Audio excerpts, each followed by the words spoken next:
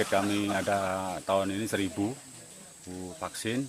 Nah, hari ini kita laksanakan sekitar 150 vaksin. Sekaligus kita laksanakan penandaan pemasangan AirTag. Nah, sekaligus kita ada pemberian vaksin untuk ternak-ternak supaya dia ada tubuhnya sehat. Keseluruhan dari tahun 2022 kita sudah sampai 2.600 ekor. Nah, kita tambahkan tahun 2023 ini target kita ada sekitar 2.000 vaksin. Nah, jadi kita laksanakan dari awal tahun. Untuk hari ini kita 150 ekor. Alhamdulillah dengan adanya program vaksinasi ternak dari Dinas Pertanian dan Peternakan Daerah Kabupaten Singkil, kami dari masyarakat Tugan mengucapkan terima kasih sebanyak-banyaknya kepada dinas yang terkait, terkhusus kepada Bapak Kabid Hari Cahyono.